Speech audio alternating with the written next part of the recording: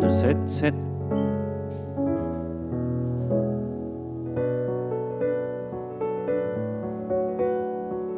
할렐루야. 수요병 오신 여러분도 환영합니다. 우리 찬양할까요? 이 시간 너의 마음속에 함께 찬양하겠습니다.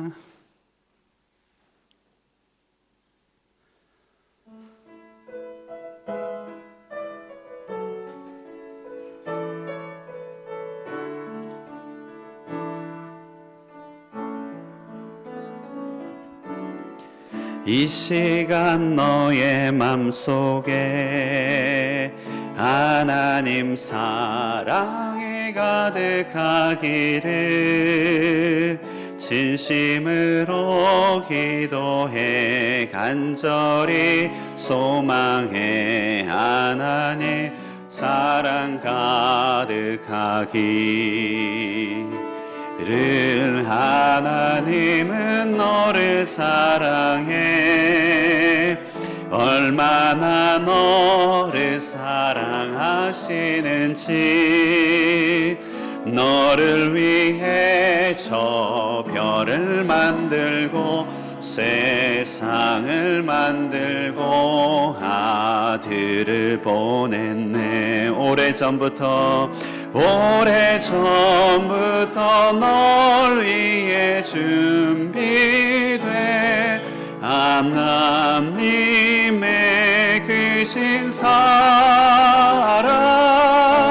너의 가는 길 주의 사랑 가득하기를 축복해. 처음부터요. 이 시간 너의 맘속 우리의 마음에 하나님 사랑이 가득하기를 진심으로 기도해 간절히 소망 하나님 사랑 가득히를 하나님은 너를 사랑해 얼마나 너를 사랑하시는지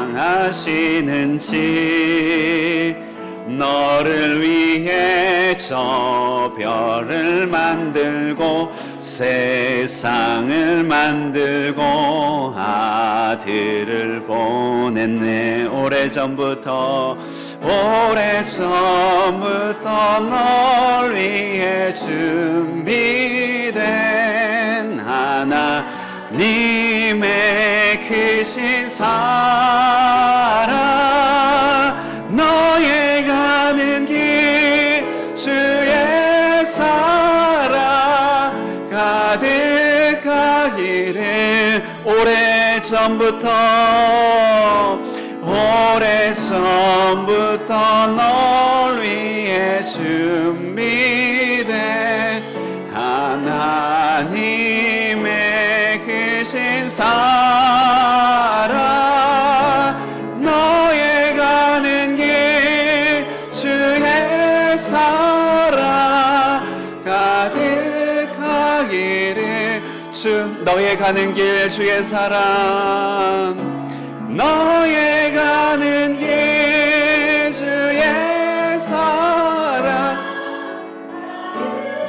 저만 보고 하지 마시고 마지막으로 너의 가는 길 옆에 분에게 너의 가는 길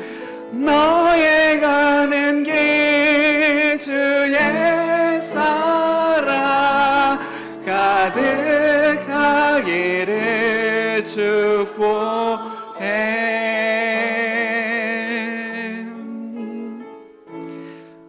축복된 공동체 그리스도 안에 있으면 어떠한 근심할 것 없습니다. 우리 함께 찬양하겠습니다. 주 안에 있는 나에게.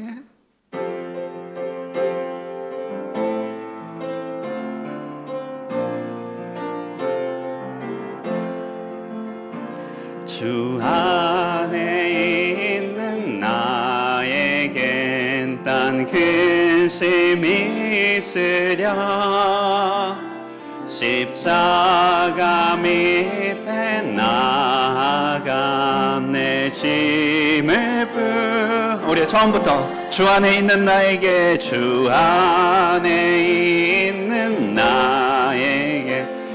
어떠한 근심이 있으냐 십자가 밑에 나가 내 짐을 풀었네. 주님을 찬송하면서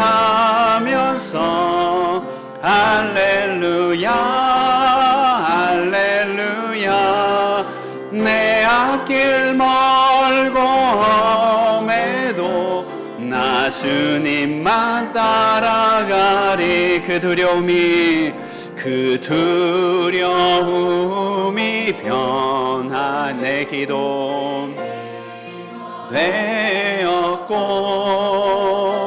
전날의 한숨 변하여 내 노래 되었네. 주님을 찬송하면서 할렐루야 할렐루야 내 앞길 멀고 험해도 나 주님만 따라가. 내 주는 자비하셔서 내 주는 늘 함께 계시고 늘 함께 계시고 내 궁핍함을 하시고 궁핍함을 늘 채워주시네. 아멘. 찬양합니다. 주님을 찬송하면서 할렐루야 할렐루야 내 앞길 멀고 험해도 나 주님만 따라가. 내 주와 맺은 언약은 내 주 맺은 언약 영불변하시니 그 나라 가기까지 그 나라가 늘 보호하시네 할렐루야. 주님을 찬송하면서 할렐루야 할렐루야 내 앞길 멀고 험해도 나 주님을 찬양하길 원합니다. 주님을 찬송하면서 할렐루야 할렐루야 내 앞길 멀고 험해도 나 주님만 따라가리. 당신은 영광의 왕 당신은 영광의 왕 당신은 평강의 왕 당신은 하늘과 땅의 주 당신은 정의의 아들 천사가 무릎 꿇고 예배하고 찬송하네. 영원한 생명 말씀 당신은 예수 그리스도 주 호산나 호산나 다윗의 자손께 호산나 불러 왕 중의 왕 높은 하늘에 영광을 예수 주 메시아네. 우리 한 번 더 고백할 거예요. 당신은 영광의 왕 당신 영광의 왕 당신은 평강의 왕, 당신은 하늘과 땅의 주, 당신은 정의의 아들. 천사가 무릎 꿇고 예배하고 찬송하네. 영원한 생명말. 당신은 예수 그리스도 주. 호산나 호산나 다윗 새 자손께. 호산나 불러 왕 중의 왕. 높은 하늘의 영광을 예수 주 메시. 호산나 우리를 구원하여 주옵소서. 호산나 다윗의 자손께. 호산나 호산나 불러 왕 중의 왕. 높은 하늘의 영광을 예수 주 메시아네. 할렐루야. 이 시간에 우리 나귀 타고 입성하신 우리 주님을 한번 생각해 봅시다. 겸손하여 나귀를 타신 주님, 우리의 모든 질고를 짊어지시고 예루살렘 언덕에 올라가 십자가에 못 박혀 죽으신 그 주님, 그 모든 죽으심과 이 땅에 오심이 우리를 위한 온전한 사랑과 희생임을 기억합니다. 주님의 그 희생과 사랑으로 말미암은 그 놀라운 공로가 우리의 인생 전체를 바꿔 놓는 것입니다. 이 시간에 그 주님의 보혈의 은혜, 하나님께서 우리에게 베풀어 주신 은혜의 터전 위에 섭니다. 우리의 모든 염려와 근심들, 우리의 모든 이 세상의 무거운 짐들을 다 내려놓고 이곳 주께서 허락해 주신 이 수요 예배 가운데 온전히 주님께 집중하여 하늘로부터 임하는 하나님의 사랑과 평강을 맛보게 하여 주시옵소서. 우리 다 함께 이 예배를 주님 앞에 올려드리면서 우리 다 함께 기도하며 주님 앞에 나가길 원합니다. 함께 기도하시겠습니다. 살아계신 하나님 아버지, 감사합니다. 이 시간에 하나님, 우리를 위한 모든 구원의 터전을 마련해 주신 주님의 이름을 높여드립니다. 하나님, 우리를 위하여 죽으신 주님, 온 땅 가운데 높이 하나님 여김 받으시는 주님으로 말미암아 하나님 아버지, 우리가 이 자리에 서 있으며 하나님 우리의 모든 것들이 온전히 변화될 줄로 믿습니다. 성령으로 우리의 속사람을 강건하게 하여 주시고 하나님 우리의 시선을 변화시켜 주시며 우리를 억압하는 모든 아버지 땅의 현실들이 주 예수 그리스도의 이름으로 온전히 깨어지고 변화되며 믿음의 눈이 활짝 열려 주께서 우리에게 예비하신 길들을 찾아 나설 수 있도록 주여 축복하시고 은혜를 베풀어 주시옵소서. 영광의 하나님 감사를 드립니다. 하나님 아버지, 홀로 높임 받아 주시옵소서. 살아계신 하나님 아버지, 홀로 영광 받으시기 합당하신 주님의 이름을 찬양합니다. 지금도 당신의 백성들 가운데 거하시며 성령을 베풀어 주셔서 우리로 하여금 합당한 경배와 찬양을 받으시는 주님, 이 시간 우리의 모든 시간들을 잠시 뒤로 하고 이곳 수요 예배 시간 가운데 하나님 한 마음으로 함께 모여 주님의 이름을 기억하며 당신의 임재를 인정하며 이 시간 주님께 예배드립니다. 살아계신 하나님, 만물의 통치자시요 하나님, 죽은 자를 일으키시는 놀라운 권능의 하나님께서 이 시간 믿음으로 참여하는 모든 이들에게 당신의 살아계심과 권능을 베풀어 주시고 우리의 인생의 모든 문제들이 창조주이신 하나님 앞에 아무것도 아니라는 사실들을 온전히 깨달아지며 우리의 온전한 시각과 또 변화된 마음을 가지고 주님 앞에 설 수 있도록 도우시고 함께하여 주시옵소서. 예배를 하나님 주장하여 주시고 말씀이 들려지는 모든 순간순간마다 각인의 심령 가운데 필요한 대로 공급하여 주셔서 우리의 속사람이 강건하여 주시고 우리 영이 새로워지는 복된 시간 되게 하여 주시기를 간절히 사모하고 살아계신 예수 그리스도의 이름 받들어 기도드리옵나이다. 아멘. 네, 우리 하나님의 말씀은 제가 PPT 준비를 안 했는데요, 하나님 말씀은 여러분 성경책 보시거나 스마트폰 앱으로 보시면 마태복음 1장입니다. 마태복음 1장 18절에서 25절 말씀.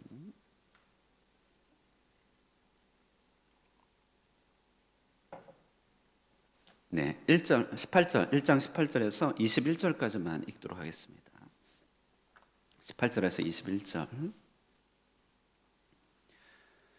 교독하겠습니다. 예수 그리스도의 나심은 이러하니라. 네, 감사합니다. 네, 우리 교독하도록 하겠습니다. 네, 괜찮습니다. 우리 함께 합독할까요? 제가 먼저 읽고 번갈아가면서 읽겠습니다. 예수 그리스도의 나심은 이러하니라. 그의 어머니 마리아가 요셉과 약혼하고 동거하기 전에 성령으로 잉태된 것이 나타났더니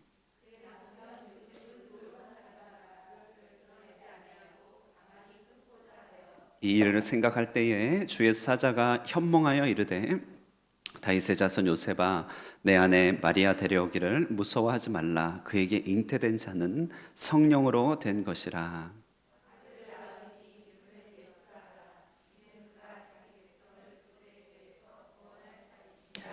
아멘. 예. 우리 이제 하이델베르크 요리문답 한번 36문 5문인가요? 자, 그러면은 하나씩 읽고 답을 하도록 하겠습니다. 제가 먼저 질문할게요. 그분은 성신으로 잉태되사 동정녀 마리아에게서 나셨으며 라는 말로 당신은 무엇을 고백합니까?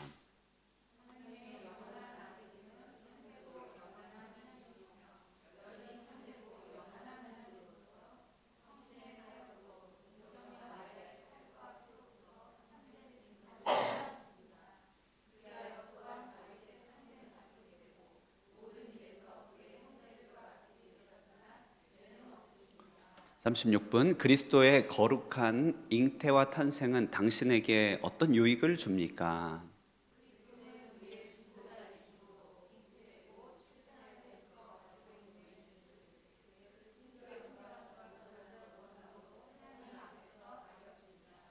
네, 36문 잠시 한번 볼게요. 잉태되고 출생할 때부터 가지고 있는 누구의 죄일까요? 나의 죄입니다. 내가 빠졌어요. 나의 죄를. 37문. 네, 고난을 받으사라는 말로 당신은 무엇을 고백합니까?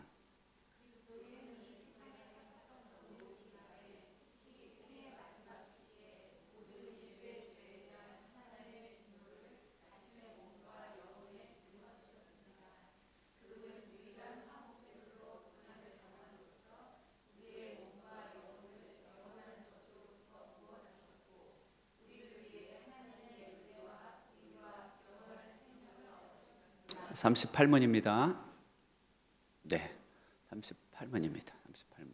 네. 그리스도께서 십자가에 못 박히심은 달리 돌아가신 것보다 특별한 의미가 있습니까?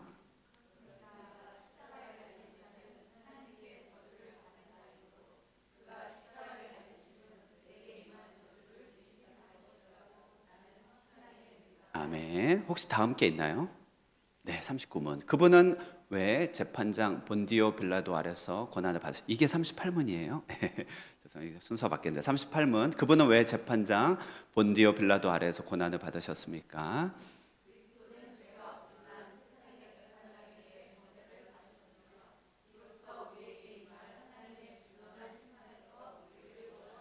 네, 아멘. 네, 오늘 총 5가지 질문인데요. 5가지 질문에 대해서 2주간에 걸친 14, 15주일에 대한 교리문답 우리 함께 보도록 하겠습니다. 14, 15주. 예수님의 낮아지심이라고 하는 주제입니다. 우리 먼저 서로 인사 나누겠습니다. 잘 오셨습니다. 축복합니다. 인사 나누겠습니다. 시작. 잘 오셨습니다. 축복합니다. 네, 감사합니다. 오늘 또 귀한 분 방문해 주셨는데 우리 이제 고신 선교회 우리 최종 훈련을 마치시고 이제 파송 받을 선교지를 정탐 여행으로 오신 우리 이주호, 강선화 우리 선교사 후보님들 그래서 그냥 줄여서 선교사님이라고 미리 호칭하는데 우리 박수로 환영하도록 하겠습니다. 네. 감사합니다. 오늘 이제 설교 좀 수요일에 준비하는데 그동안 이제 지난주 또 대양주 총회를 섬기면서 좀 잘 보냈습니다. 행복하고 또 감사한 시간 보냈고 잘 섬겼습니다. 잘 섬기고 한 70여 분, 저 빼고 70여 분의 분들은 이렇게 섬기면서 숙소 배정, 또 식당 안내, 그다음에 모임 뭐 여러 가지 준비, 명찰 제작 뭐 이런 것들을 좀 하게 됐는데, 그래서 이제 잘 보내고 은혜롭게 잘 보내고 왔는데 수요 예배 설교 준비하는데 머리가 안 돌아가는 거예요. 그래갖고 이게 묵상이 먼저 돼야지 이렇게 되는데 이게 아무리 해도 머리가 안 돌아가서 어떡하지 하다가 이 설교도 하나님께서 말씀을 주셔야 하는 거잖아요. 안 주시면 어떻게 하면 될까 하다가 안 주시면 안 하면 되지. 예. 그래서 적게 주시면은 뭐 짧게 하면 되지. 그러면은 속에 그럼 더 좋아할 거야 성도들이. 그래서 잘 안 돌아가는데 그냥 하나하나 보면서 하나님 말씀 주시면 하고, 말씀이 오늘 좀 안 주시네 하면은 그냥 우리 함께 그냥 주신 말씀 갖고 은혜를 나누는 것으로 그렇게 생각하도록 하겠습니다. 먼저 36문부터 한번 띄워주시면 감사하겠습니다. 눈으로 보면서 하겠는데, 자, 우리 이 36문부터 우리가 묵상하는 것은 사도신경의 이제 두 번째 성자 예수님에 대한 신앙 고백입니다. 자, 사도신경으로 우리 시선을 빨리 옮겨 봅시다. 그러면 첫 번째, 나는 전능하신 아버지 하나님, 천지의 창조주를 믿습니다. 네. 삼위 하나님 중에 성부 하나님에 대한 고백, 창조 사역과 창조 사역의 가장 노른자라고 할 수 있는 섭리에 대해서, 섭리 안에서 하나님의 전능하심과 아버지 되심으로 우리의 삶을 완벽하게 인도하신다. 이거 우리가 묵상하게 되었습니다. 두 번째 연애로 가면은 성자 예수 그리스도에 대한 고백이에요. 그래서 우리는 뭐라고 고백하죠? 나는 우리 주 예수 그리스도를 믿습니다. 그는 성령으로 잉태되어 동정녀 마리아에게서 나시고 본디오 빌라도의 고난을 받으사 십자가에 못 박혀 죽으시고, 오늘 여기까지. 그러면 이제 예수님에 대해서 이 신앙 고백은 이제 잘 생각해 보면 우리 주 예수 그리스도를 믿습니다 라고 하는 그분의 퍼스널리티 혹은 그분의 캐릭터에 대한 고백. 그는 우리 주고 그는 그리스도시고 그 그리스도 안에서 우리도 그리스도인이라 부름을 받고, 그리고 그는 구원자라고 하는 이름을 가진 예수십니다 라고 하는 것을 고백한다고 우리가 지지난주까지 배우게 됐습니다. 그러면 이런 이제 퍼스널리티, 이런 인격을 가지신 분이 어떤 일을 하셨는지, 그 일의 의미가 무엇인지에 대한 고백이 이제 오늘 36문부터 이제 다음 주까지 계속 펼쳐지는데, 이 주님이 하신 일을 어떻게 정리하고 있냐면 사도신경, 그는 성령으로 잉태되사 동정녀 마리아에게 나시고 본디오 빌라도에게 고난을 받아 십자가에 못 박혀 죽으시고 장사한 지, 장사 죽은 것까지 나오는데, 이런 예수님의 성령의 잉태와 죽으심까지 이 전체 사역, 이것을 예수님의 사역이라고 하는 거예요. 예수님의 사역이라고 하고, 이 사역의 전체 특징을 예수님의 낮아지심에서의 사역이다 이렇게 정리하는 것입니다. 그래, 예수님이 낮아지셨는가 생각 못할 수 있는데, 잘 보시면 원래 하늘에 계신 주님께서 사람이 되시기 위하여 낮아지셨고, 사람이 되신 뒤에도 그분은 세상의 정치 권력 가운데 높아지는 길이 아니라 빌라도에게 고난을 받으셨고, 어디까지 낮아지셨을까요? 십자가에 달려 죽으시기까지 낮아지시고, 그리고 더 낮아지셔서 장사되셨어요. 그리고 우리 신앙 고백에는 없지만 원래 원문에는 음부에 내려가셨다가 지옥에 내려가셨다가 이런 표현이 있습니다. 그래서 거기까지 낮아지셨다. 그래서 예수님의 모든 전체 사역은 낮아지심으로 일단 정리가 됩니다. 그러면 이 낮아지심이라고 하는 예수님의 이 이야기는 예수님에게만 해당되는가라고 할 때, 우리가 예수님의 퍼스널리티 고백하면서 그가 그리스도고 그로 말미암아 우리도 그리스도인이 되었다고 고백했습니다. 그래서 우리도 성령으로 기름 부음 받은 왕과 제사장과 선지자예요. 그러면 예수님이 낮아지셨다고 하는 것은 이건 무엇을 말하냐면 그리스도인 된 우리의 삶의 예고편입니다. 예고편. 우리가 그리스도인이 되어서 얻게 되는 삶의 모든 자체와 흔적은 어디를 향해서 갈까요? 그것은 낮아짐으로 나타나게 돼 있다는 것이. 예수님이 낮아지심으로 우리를 구원하여 주셔서 우리도 그분과 함께 연합되었다는 것은 우리 역시도 그 안에서 이 땅 가운데 낮아지는 삶이 살도록 스토리보드가 정해져 있다는 것입니다. 그래서 이제 잘못 들어갔다 이래 생각할 수 있는 거죠. 근데 이 낮아지심의 여정이 예수님은 하나님의 명을 받들어서 순종과 사랑의 여정으로 하였고, 낮아지심이 곧 영광의 길임을 보여주시게 되셨듯이 우리도 이 낮아짐을 통하여서 영광에 이르게 됩니다. 이 낮아짐은 여러 방면으로 나타납니다. 어떻게 낮아집니까? 예수님처럼 자발적으로 낮아질 수 있습니다. 자발적으로. 그것을 우리는 섬김이다 이렇게 얘기합니다. 사랑이다, 자발적으로. 그런데 예수님의 십자가를 지었던 구레네 사람 시몬처럼 억지로 낮아지기도 합니다. 그것은 우리 삶이 원하지 않았지만 여러 가지 삶에 부딪혀서 우리 삶이 겸손해지는 것을 말하는 것이죠. 그래서 비워지고 또 가벼워지는 것을 말합니다. 우리는 이 두 가지 낮아짐을 일평생 경험을 합니다. 그리고 어디까지 낮아질까요? 우리도요? 죽기까지 낮아진다는 것이. 이 낮아짐의 코스를 우리가 잘 이해하고 받아들일 때 우리는 예수님과 연합되어 있는 삶의 아주 신비를 맛볼 수 있어요. 왜냐하면 예수님도 낮아짐의 여정을 지상에서 살았기 때문에 우리도 낮아짐의 여정 가운데 늘 예수님이 곁에 계심을 맛볼 수 있습니다. 하지만 우리의 눈이 닫혀서 이 낮아짐이 나의 길인 걸 모를 때는 우리는 늘 투쟁하게 될 것입니다. 왜냐하면 그리스도 안에서 주님은 우리를 낮추시는데 우리는 빨리 영광을 취하여 높아지려고 하기 때문에 이 간극 속에서 늘 투쟁하여 결과적으로 낮아지게 되는 일들을 힘들게 체험하게 된다는 것이죠. 우리가 이런 교리 교육을 하는 이유는 우리가 일찌감치 우리의 삶에 대한 조망을 얻고 그리스도 안에서 함께 낮아지는 과정을 기쁨으로 취하여 영광에 가는 지름길을 택하기 위한 것입니다. 자, 그래서 우리 예수님의 이 모든 사역을 낮아짐이다 이렇게 얘기합니다. 자, 그러면 이 낮아짐의 첫 번째 예수님의 사역은 무엇인가라고 할 때 36문에 동정녀 탄생에 대한 사역이었습니다. 예수님의 거룩한 잉태가 낮아짐의 첫 번째 단계죠.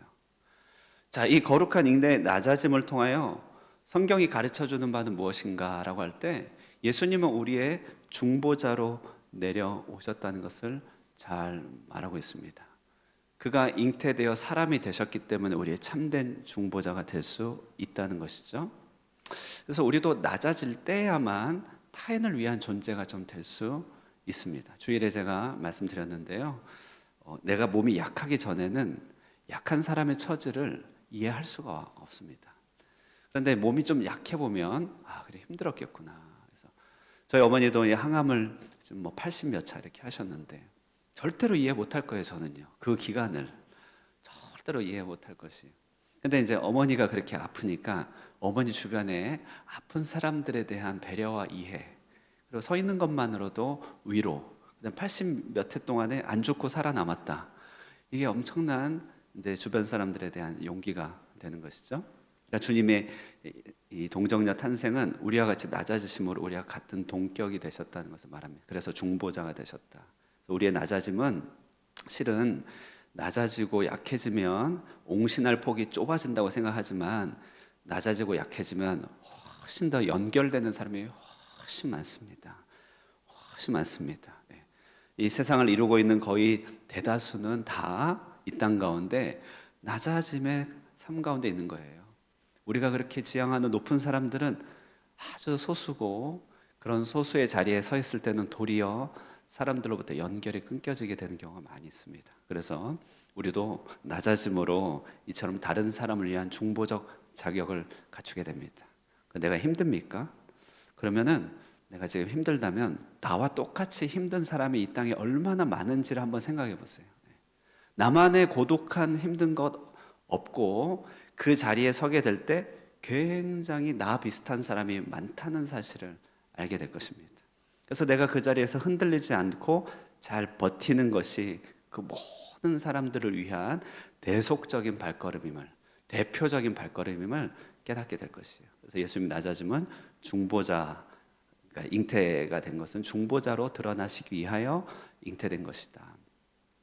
자, 그런데 이제 이 신앙 고백 가운데 우리는 약간의 이제 우리 현실을 보게 됩니다. 잉태되고 출생할 때부터 가지고 있는 나의 죄, 이런 표현이 딱 있어요. 자, 이 표현은 뭐냐면요, 예수님이 어린 시절로 태어난 이유가 우리가 어린 시절부터 죄인된 가운데 태어났기 때문에 어린 시절에 태어나게 된 것이죠. 그러니까 다시 말해서 주님의 아주 잉태되고 탄생한 그 순간의 그 모든 작아진 이야기는 우리 역시도 잉태된 순간부터 가지고 있던 이 죄에 대해서 주님께서 하실 일들이 있다는 것을 말하는 것입니다. 그래서 이 말은 조금만 말을 바꿔서 얘기하면요, 이제 하나는 우리는 참 어렸을 때부터 자랑할 것이 없다. 우리는 처음부터 죄 가운데서 태어났다. 이것을 잘 말하는 것이고, 그러므로 나도 내 자녀도 이렇게 그렇게 자랑할 것은 없다. 그렇죠? 우리는 우리 자신과 우리 자녀를 볼 때 굉장히 이제 참 좋은 모습만 보게 되지만, 그러나 사실은 다 죄 가운데 태어났다는 것을 우리 좀 깨달아야 됩니다. 그런데 생각나는 한 가지 이야기인데, 저희 막내 아이가 이빨이 잘 썩어요. 이빨이. 그래서 벌써 로봇 이빨 몇 개 붙여줬습니다. 애들은 로봇 이빨이라고 하잖아요. 근데 첫째, 둘째 중에서 아무도 로봇 이빨 한 아이가 없어요. 저희 집안은 좀 치아가 좀 강건한 편이라서 아내도 그렇고 저도 그렇고 튼튼한데, 이제 첫째, 둘째는 어린 아이니까 연약하기 때문에 자주 관리도 해주고 또 자주 치아 청소도 해줬어요. 근데 막내에 대한 이상한 신뢰가 있어가지고 그냥 알아서 잘 살 거야 라고 하는 이상한 신뢰가 생긴 거예요.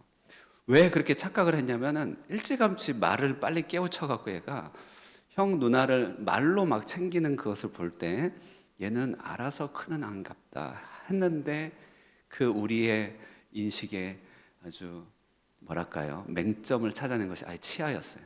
알아서 크긴 뭘 알아서 커요.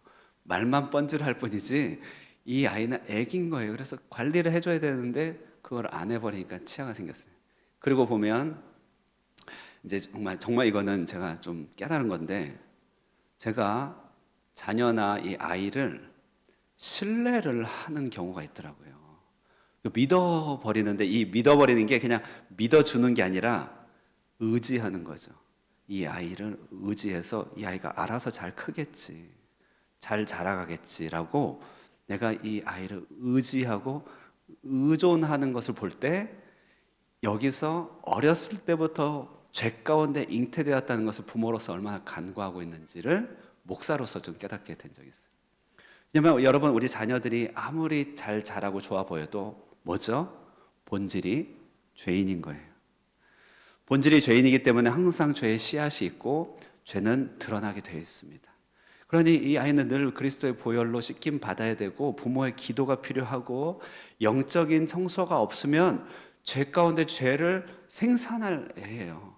그럼에도 불구하고 겉으로 부모에게 보여주는 몇 가지 모습들 가지고 얘는 내가 의존해야 된다, 의존할 만한 존재다라고 하는 순간 아이는 이빨이 썩듯이 어딘가 썩어 있게 된다는 것이죠.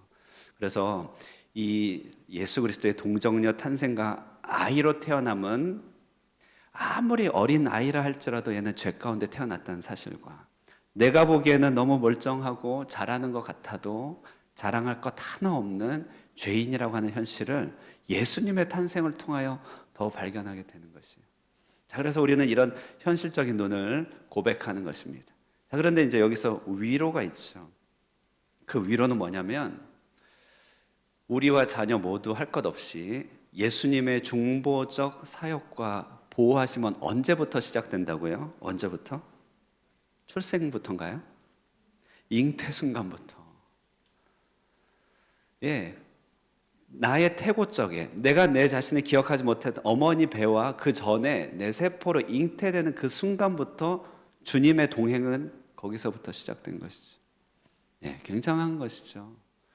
그러니 정말 현실적인 눈으로 우리는 죄인이고 죄를 생산해낼 수밖에 없는 주의가 필요한 사람이다라는 한 가지 차원의 냉엄한, 냉철한 현실 인식이 있음과 동시에 우리의 그 태고의 순간, 내가 기억하지도 못한 아주 옛날로 거슬러 올라서 아무도 나를 기억하지 못하는 그 수정의 단계서부터 주님은 나와 똑같이 수정을 당하시고 잉태되시고 함께 뱃속에서 자라셔서 나와 계속 동등하게 동행하게 이렇게 동등하게 동행해 오셨다는 사실입니다. 그러니 우리의 전생의 가운데 출생 때부터 가지고 있는 그 모든 나의 죄를 그의 순결함과 온전함과 거룩함으로 하나님 앞에 가려주시는 일을 언제서부터요? 예수님의 잉태 순간부터 그 사역을 하시기 시작하셨다. 여기서 우리는 이 주님의 낮아지심이 얼마나 우리를 위한 이야기고 얼마나 감사한 섬김인지를 깨닫게 됩니다. 우리 중에 태어날 때부터 누군가를 위해서 그렇게 준비된 탄생이었다고 생각하면서 태어난 사람이 어디 있겠어요? 근데 주님은 우리를 위하여 잉태 순간부터 우리의 잉태, 천하만국의 잉태를 다 커버해 주시고 덮어 주시기 위하여 그 자리에 태어났다는 사실을 기억할 때 하나님의 사랑의 뿌리가 얼마나 깊은지를 묵상하게 됩니다. 자, 그래서 우리 청소년기나 어린 시절 내가 예수를 믿기 전이라든지 아니면 나 홀로 있다고 생각할 때 그때 하나님은 어디 쓰셨어요? 라고 혹이라도 조금 원망이 혹이라도 인생에 추움과 그림자가 있으신 분이 계십니까? 난 그때 너무 추웠어. 혹시라도 그런 생각이 혹시 있다 손 치더라도 주님의 동행과 함께하면 언제부터요? 내 잉태 순간부터 시작되었다 라고 생각할 때 한 번도 버림받은 적이 없음을 꼭 기억할 수 있기를 바랍니다. 자, 그 다음 우리 37번 볼까요? 고난을 받으사라는 말로 당신은 무엇을 고백합니까? 자, 이 말은 뭐냐면 우리 신앙 고백 보면요, 동정녀 탄생 다음에 바로 고난 이야기로 점프합니다. 한번 기억해 볼까요? 사도신경. 그는 성령으로 잉태되사 동정녀 마리아에게 나시고 그 다음요 본디오 빌라데고. 그럼 예수님의 갈릴리 사역 다 어디 갔어? 네. 그죠? 예수님의 예루살렘 이게 예수님의 사역 전체가 갑자기 붕 뜨게 된 느낌이 들어요. 신앙 고백서만 보면은 지금 처음 그 생각 드셨죠? 아닌가요? 네. 예수님 우리 사도신경 보면은 이 예수님의 생애 부분은 확 건너뛰게 됐거든요. 그런데 여기서 우리가 고백하는 건 뭐냐면 그리스도께서 고난을 받았다라고 하는 이 고백 가운데 우리가 진짜 고백하는 것은 뭐냐면 여기 나옵니다. 세상에 살던 모든 기간이 다 고난 아래에서 지내셨음을 잘 보여주고 있다는 것입니다. 예수님의 발걸음 하나하나, 세례, 병든 자를 고쳐주시는 것, 그리고 갈릴리에서 사역의 성공의 어떤 수고들, 이런 모든 것들이 다 뭐냐면 예수님의 영광스러운 사역의 어떤 결과가 아니라 다 고난 아래 있는 일이라는 것이에요. 자, 그럼 이것을 종종 깨달을 때가 있는데 교회 생활하면서 깨달을 때가 있어요. 교회 생활하면서 또 목회하면서 깨달을 때가 있는데 우리 교회가 이게 커지고 성도가 많아지고 새로운 사람이 유입되는 것은 경제학의 관점에서 보면 되게 생산이 증대된 거니까 되게 좋은 일인 것처럼 보이잖아요. 생산량의 증대가 있으니까. 그런데 이제 한 번씩 하나님께서 그리고 제가 서 있는 그 목사라는 자리 때문에 좀 이렇게 깨닫게 하실 때가 종종 있지 않겠어요? 그래야 제가 전할 거잖아요. 뭘 깨닫냐면 형진아, 사람 한 명이 늘어나는 것은 그만큼의 고뇌가 늘어나는 것이란다. 받을래? 안 받을래? 네. 받아야 됩니까? 안 받아야 됩니까? 받아야죠. 받는데 뭘 알아야 되죠? 우리에 있는 모든 기쁨이라고 하는 것은 고난과 더불어서 오는 기쁨이죠. 고난의 양이 증대된다는 것을 말하는 것입니다. 그러니 여러 사업에 성공하고 부자가 된다는 것이 단순히 행복의 길입니까? 그것은 고난의 양이 증대된다는 것을 말하는 것이죠. 그러니까 주님께서 이 땅 가운데 오셨을 때 여러 사역에 성공을 하시고 병자를 고치시고 좋아 보이는 일들, 사역의 확장들, 이 모든 것들을 성공의 관점에서 볼 때 그것은 곧 타락으로 연결되는 마귀의 속삭임이었다는 것이에요. 마귀의 속삭임. 그 인생 전체는 고난 아래 있었던 것입니다. 그러면 이 고난은 그냥 힘들고 견뎌야 되는 고난이 아니라 그 고난을 통감으로 얻게 될 영광의 그 분량을 준비하는 것이죠. 그러니까 우리가 당할 고난을 고난으로 이해할 때 우리가 그 고난으로 말미암아 영광의 분량이 있고 그래서 고난이 반복되지 않도록 하고 다음 세대에 전달되지 않도록 하고 내가 감당해야 될 고난의 분량이 있는 것이죠. 그러니까 우리 신자들은 눈이 좀 바뀐 사람들이에요. 이 시기에 사는 동안에 성공과 실패, 잘 됐다 못 됐다, 부자가 됐다 가난했다, 이것이 세상의 관점이라면 우리는 그 모든 것을 그리스도인으로서 통과해야 될 낮아짐과 고난으로서 얻게 된다는 것이죠. 그렇게 보면 신자들은 다 공평합니다. 안 공평한 사람이 어디 있어요? 다 낮아지도록 주신 일인데, 다 고난 가운데 고난으로서 얻게 되는 것인데, 정말 그렇습니다. 그래서 이제 우리 목사님들 모이면 큰 교회, 작은 교회, 겉으로 봤을 때 성공한 것처럼 보이는 교회, 아닌 교회, 내일 모레 생존을 걱정해야 되는 교회, 정말 다 그래요. 그런데 다 모여서 빙 돌아가면서 기도 제목 얘기하라 그러면은 하나같이 힘들지 않은 교회 없고, 하나같이 고난을 통과하지 않는 교회 없고요, 하나같이 마냥 기쁘기만 한 교회 없어요. 그래서 다 대동소이예요. 대동소이예요. 주님께서 이 땅 가운데 오셨다고 하는 것, 고난을 받으셨다고 하는 그의 모든 사역이 고난 아래 연결됐다고 말하는 것입니다. 이와 같이 우리도 역시 고난을 걸어가고 있을 뿐입니다. 그러니 좀 관점을 정리할 필요가 있겠죠. 난 왜 이렇게 힘들어? 이런 질문은 우리에게 성립 안 돼요. 왜죠? 우리는 그리스도인 된 순간 낮아짐의 이 진로가 정해졌기 때문에 그래요. 안 힘들 수는 없어요. 근데 그 힘든 것을 힘들다라고 하지 않고 그것을 십자가의 길이다, 순종의 길이다, 맡겨주신 길이다라고 하는 것입니다. 조금 이제 떠오르는 생각이 약간 곁길이지만, 그래서 선택하셔야 될 것 같아. 내가 고난을 택할래? 아니면 하나님께서 고난 주신 걸 받을래? 둘 중에 하나 좀. 그거는 선택하시면 될 것 같습니다. 어떤 게 더 좋을까요? 뭐 다 아시겠지만 힌트 하나 드리면, 그 알고 당하는 고난은 별로 안 힘들더라. 그래서 어린아이, 이제 저희 자녀 다시 얘기하면, 자녀가 이렇게 하다가 지가 놀다가 부딪힐 때는 안 울어요. 지가 놀다가 부딪혀서 자기가 한 일로 말미암아 부딪혀서 얻게 된 통증은 자기 책임이지 하면서 감당하더라고요. 진짜 안 울더라고요. 너무 극명해 보였어요. 근데 이 아이가 어쩌다가 아빠가 한번 머리를 잘못 치잖아요. 뒤집어지고 난리가 나요. 네, 알고 스스로 택한 고난이 덜 아프다. 그거는 좀 분명한 것이죠. 자, 그런데 이제 그 다음 한번 보여주실까요? 그 다음 보여주시면, 그런데 이제 이 고난의 끝에 본디오 빌라도에게 고난을 받으셨다, 이런 표현이 있어요. 정말 본디오 빌라도 되게 불쌍해지는 순간이죠. 본디오 빌라도는 원래 유명인이 아니었습니다. 일반 역사 가운데 그렇게 기록되는 사람이 아니었어요. 그런데 예수님을 죽인 장본인으로서 본디오 빌라도가 오늘날로 용어로 치면 꼭 박제되듯이 다 사도신경에 박제가 돼. 본디오 빌라도 아래서. 자, 그러면 이 본디오 빌라도는 굳이 왜 이렇게 이름이 등장했을까라고 할 때, 여기서 이제 본디오 빌라도 이름을 굳이 저렇게 한 이유는 뭐냐면, 저 사람이 당대에 역사적으로 있었던 로마 총독이었기 때문에 그렇습니다. 그리고 로마 총독이었음이 기록되는 이유는 뭐냐면, 예수님께 언도된 사형이 매우 공적으로 선언된 것이라고 한다는 것입니다.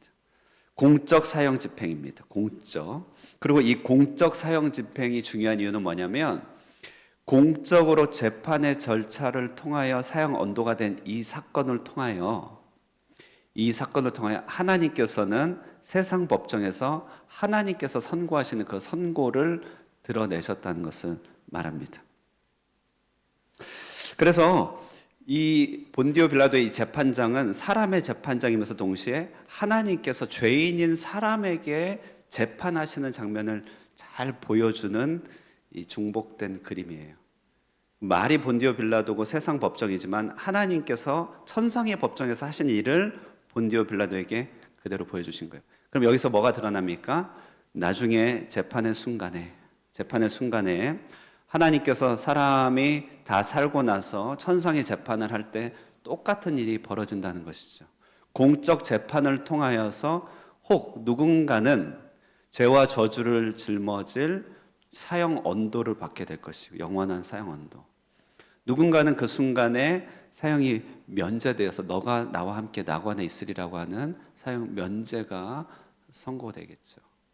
그러니까 저 재판의 순간마다 우리는 하나님의 영원한 재판이 저기에 서려서 공적으로 드러났다는 것을 보게 됩니다. 우리 중에 저 재판을 피할 사람이 아무도 없다. 아무도 없다. 그래서 저 얼마나 무서운 장면이에요. 그래서 그 예수님의 십자가는 장차 모든 사람의 진로가 될 것입니다. 끝까지 회개하지 않고 하나님의 길을 택하지 않은 사람이 결국 하나님의 진노 가운데 짊어질 죄와 저주의 무게가 얼마나 두렵고 무거운지를 예수님의 십자가가 잘 보여주고 있어요. 예수님의 십자가는 단지 그분만에게 주어진 게 아니에요. 하나님의 길을 부인하는 모든 죄인들에게 언도될 사형의 장면이 예수님의 십자가를 통해 그대로 드러나게 되어 있는 것이, 우리가 회개치 않으면 그 십자가가 우리의 결론이 될 것이, 우리의 목표점이 될 것이, 그 아주 무서운 심판이 공적으로 선언될 것입니다. 모든 사람이 보는 이들 가운데서, 모든 사람의 증인들 앞에서 공적으로 선언될 것이. 그런데 주 안에 피한 자들, 회개한 자들은 예수님의 그 십자가는 피하고 회개한 자들을 위한 대속적인 십자가로서 그분이 당하신 공적 십자가가 일사부재리의 원칙, 한 번 언도된 죄에 대해서는 다시 소환되어서 다시 언도하지 않는다.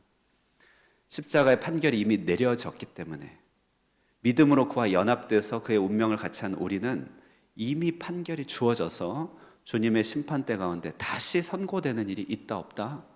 없다는 것을 보여주는 장면이라는 것이 본디오 빌라도의 고난을 받으사. 그러면 여러분, 우리는 이 신앙 고백을 할 때마다 정말 우리가 얼마나 주님과 연합되고 믿음 안에 있어야 될지가 얼마나 필요한지를 보게 되죠. 그리고 회개치 않은 죄인들을 향한 우리의 마음이 얼마나 불붙듯이 타올라야 되는지도 보게 됩니다. 주께 돌이켜 그리스도를 인정하지 않는 자들이 장차 얻게 될 십자가의 사형의 선고, 그 두려운 저주는 이루 말할 수가 없을 거예요. 이 땅에서 사형 선고는 그래도 사형을 기다리는 가운데 회개할 기회라도 있지요. 그러나 장차 그 땅에서 혹은 그날에 얻게 될 사형 선고는 그날 이후로 돌이킬 기회조차가 없게 되는 마지막 선고의 순간이니, 우리가 속히 주께 피하여 주의 은혜 가운데서 다시 그 사형 언도를 받지 않도록 겸손하게 주님께 돌아가야 될 것은 물론이고, 이 땅 가운데 돌이키지 않는 많은 사람들을 생각해 볼 때 우리는 그의 끝장면을 생각해 보고, 그가 어떤 지위에 있든지 어떤 부자든지 상관하지 않고 그가 그래서 주 안에 있느냐 없느냐, 그 마음을 가지고 영혼을 구원하기에 힘쓰는 우리가 되어야 된다는 것을 강력하게 가르쳐 줍니다. 마지막 39문은요, 이 죽으심의 사형 선고 끝에 예수님이 결국은 돌아가신 사형틀이 십자가 나무 사형틀이었습니다.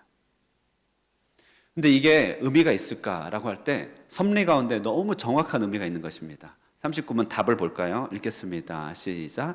그렇습니다.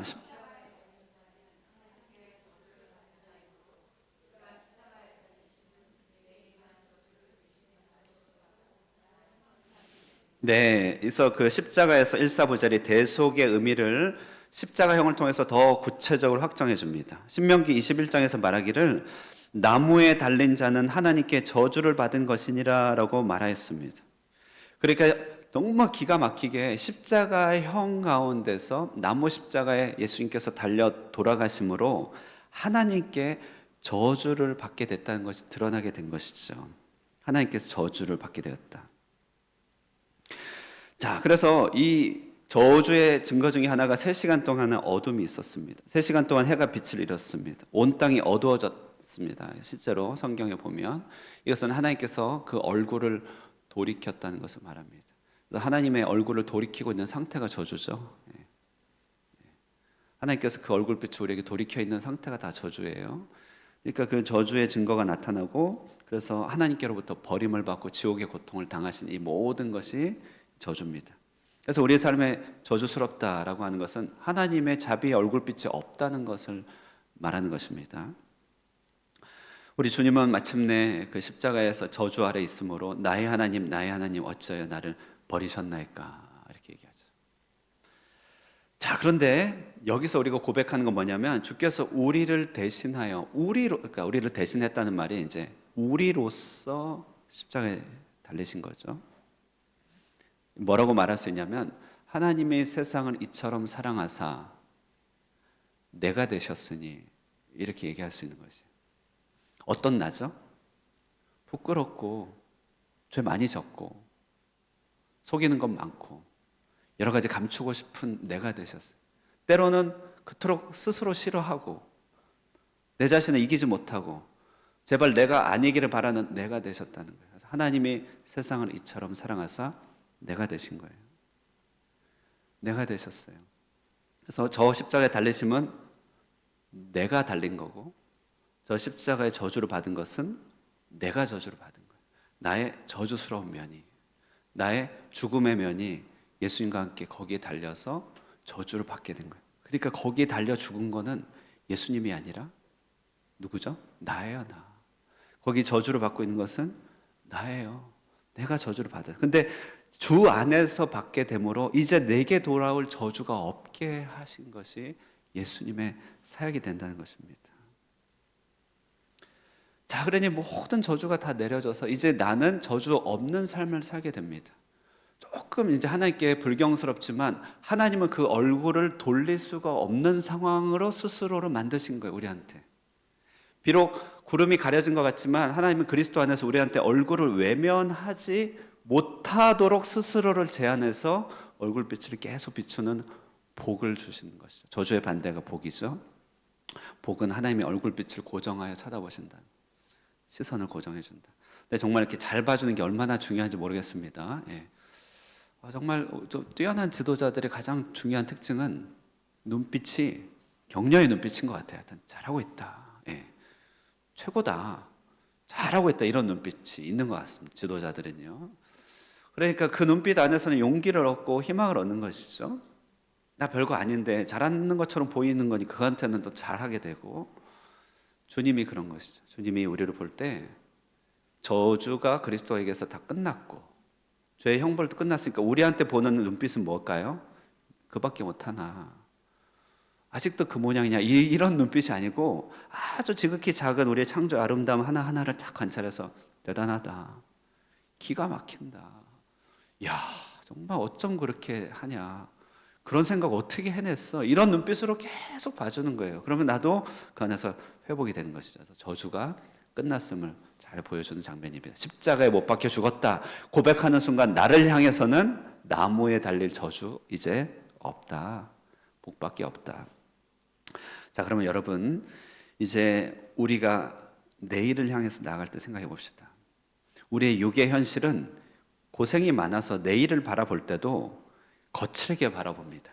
들판으로 바라보고 양분 없는 땅으로 바라보고 해도 안 되는 땅으로 바라보면서 이미 아주 많이 뭐랄까요? 패배하고 들어가 이미. 그런 경우 많지 않나요? 뭐가 달라질 게 뭐가 있겠어? 막 그런단 말이죠. 지금까지 살아온 삶이 너무 거칠었으니까 내일에 대한 기대가 없어요. 기대가 없는 정도가 아니라 늘 우리의 생각 속에 내일은 되게 척박하고 이런 것들이 가득한 마음 심성이 있어갖고 남들보다 훨씬 힘들게 사는 거예요. 그죠? 그런데 가만히 생각해 보면서 주께서 해주신 일을 통해서 믿음의 눈으로 바라보자는 것이에요. 우리 이제 다 믿음으로 살잖아요. 믿음의 눈으로 바라봤을 때 from now on, 지금부터 비옥하지 않은 토양이 없는 것이죠. 아멘인가요? 아멘 해야 돼요. 주 안에서 믿음으로 비옥하지 않은 토양 없습니다. 예. 주 안에서 우리가 걸어갈 땅 믿음으로 아름답지 않은 곳이 하나 없어요. 우리가 죄악을 범죄해서 에덴 동산을 쫓겨나기 이전에 에덴의 모든 가능성과 가치와 아름다움이 우리 앞에 펼쳐져 있는 것입니다. 이건데 이것은 육안으로는 안 보여요. 근데 믿음의 눈으로 그렇게 보이는 것이에요. 그래서 누가 구원을 받아요? 시력 2.0이 구원을 받나요? 아니라 믿음의 눈이 있는 사람이 구원을 받는 것입니다. 굉장히 실제적입니다. 그럼 앞길을 어떻게 가야 될까요? 내 상황을 먼저 파악하고 거기서 내 믿음을 발휘하려고 하지 마십시오. 믿음으로 먼저 선포하고 상황을 압도하라는 거죠.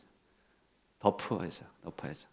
그러니까 항상 믿음이 먼저입니다. 주님 살아계시고 내 죄를 거둬 가셨으니, 저주가 끝났으니 주님 이미 주님 안에서 시작된 줄로 믿습니다. 나는 잘 모르겠지만 주께서 이미 행하고 계심을 믿습니다. 예. 주께서 이미 다 성취하셨고 문제될 거 하나 없을 것을 믿습니다. 내 염려의 모든 이 하수구 구멍을 다 막아버리시고, 염려가 하수구 구멍입니다, 여러분. 예. 염려의 하수구 구멍을 다 막아버리시고 주께서 이미 행하고 계십니다. 내 당하는 일은 비록 혼란스럽고 출렁거릴지 모르겠지만 배가 뒤집히는 경우는 결코 없을 것입니다 라고 먼저 믿고 결과를 지켜봐야 되는 거예요. 6월입니다.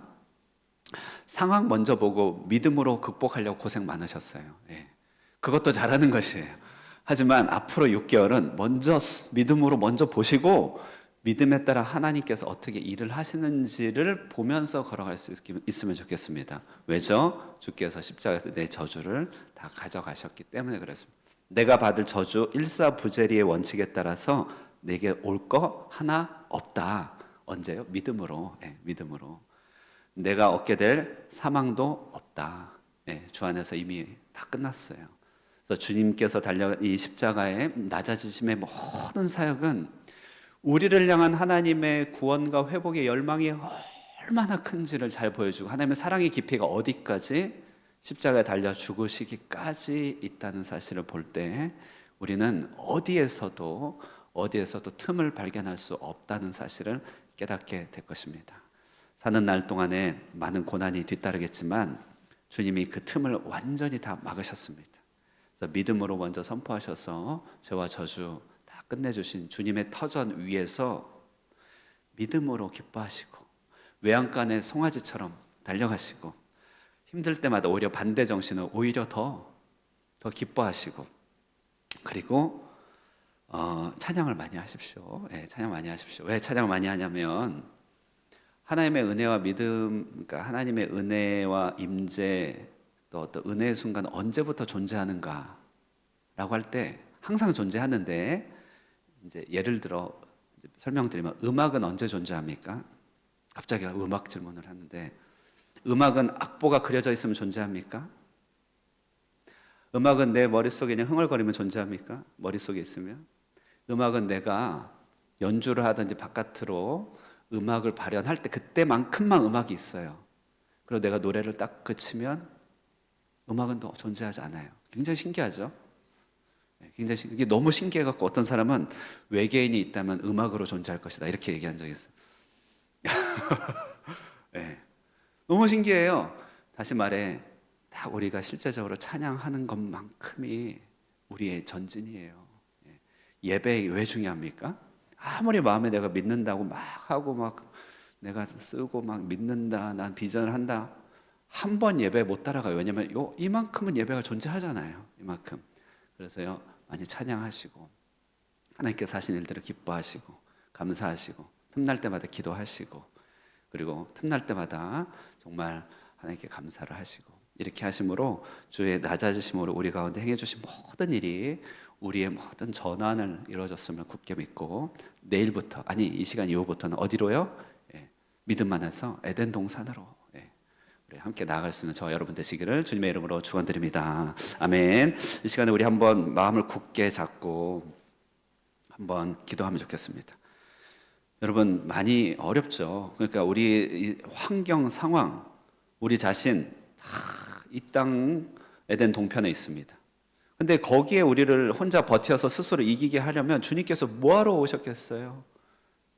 예수께서 아주 동정자 탄생, 아주 씨앗의 형태로부터 오시기 시작해서 그때부터 우리의 모든 죄를 가려주시고 동행해 주셨는데, 우리가 그 하나님 하신 일들을 외면한 채 여전히 내 힘으로 산다는 것은 얼마나 하나님께 미안한 일이 됩니까? 주님이 우리 전체를 다 커버해 주셨어요. 그래서 우리 모든 것도 주와 함께 당하는 고난이지 애매한 고난 없습니다. 그러면 어떻게 합니까? 우리에게 믿음으로 선포해야 돼요. 내게는 오직 비옥한 땅밖에 없다. 내가 취할 것 비옥한 땅과 열매밖에 없도다.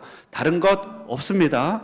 정말 없습니다. 저주 끝났습니다. 내가 이 마음의 방향을 굳게 정하여 갑니다.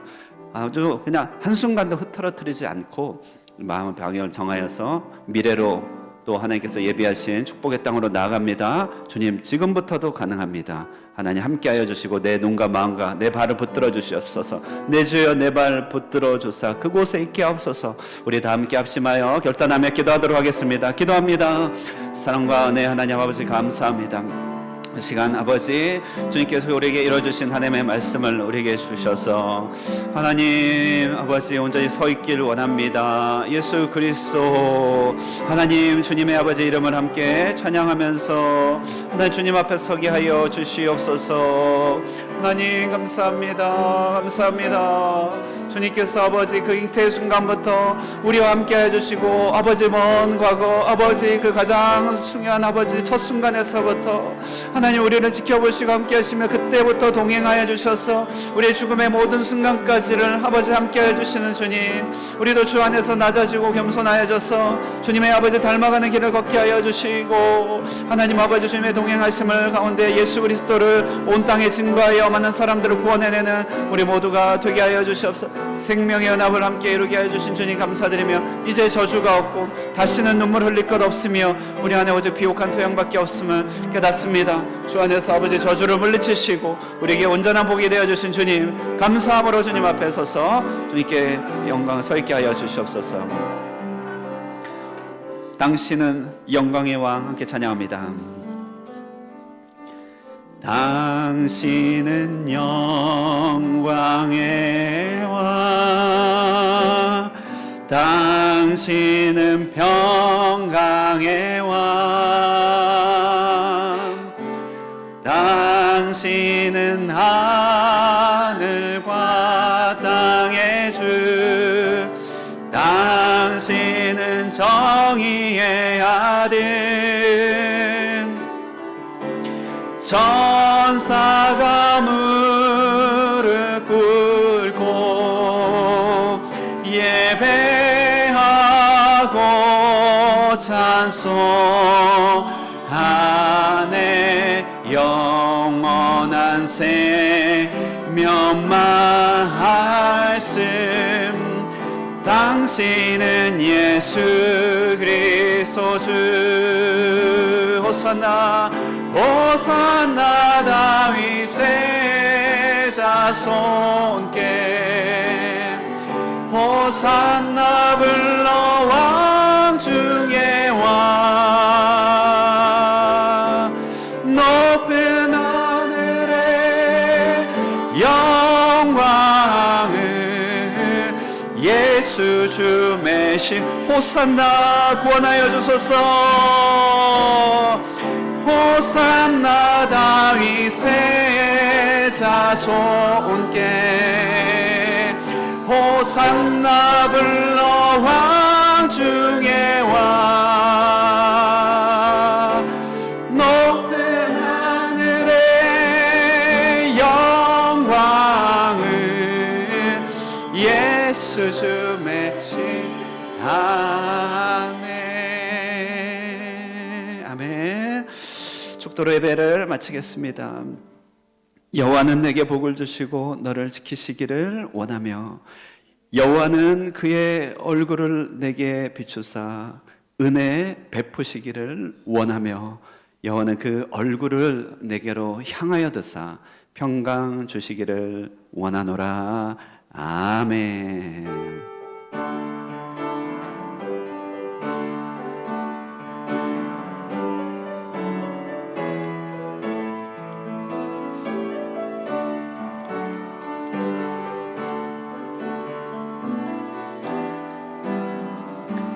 아멘. 우리 축복송합니다. 오래전부터 널 위해 준비된 하나님의 크신 사랑. 우리 후렴 부분만 하겠습니다.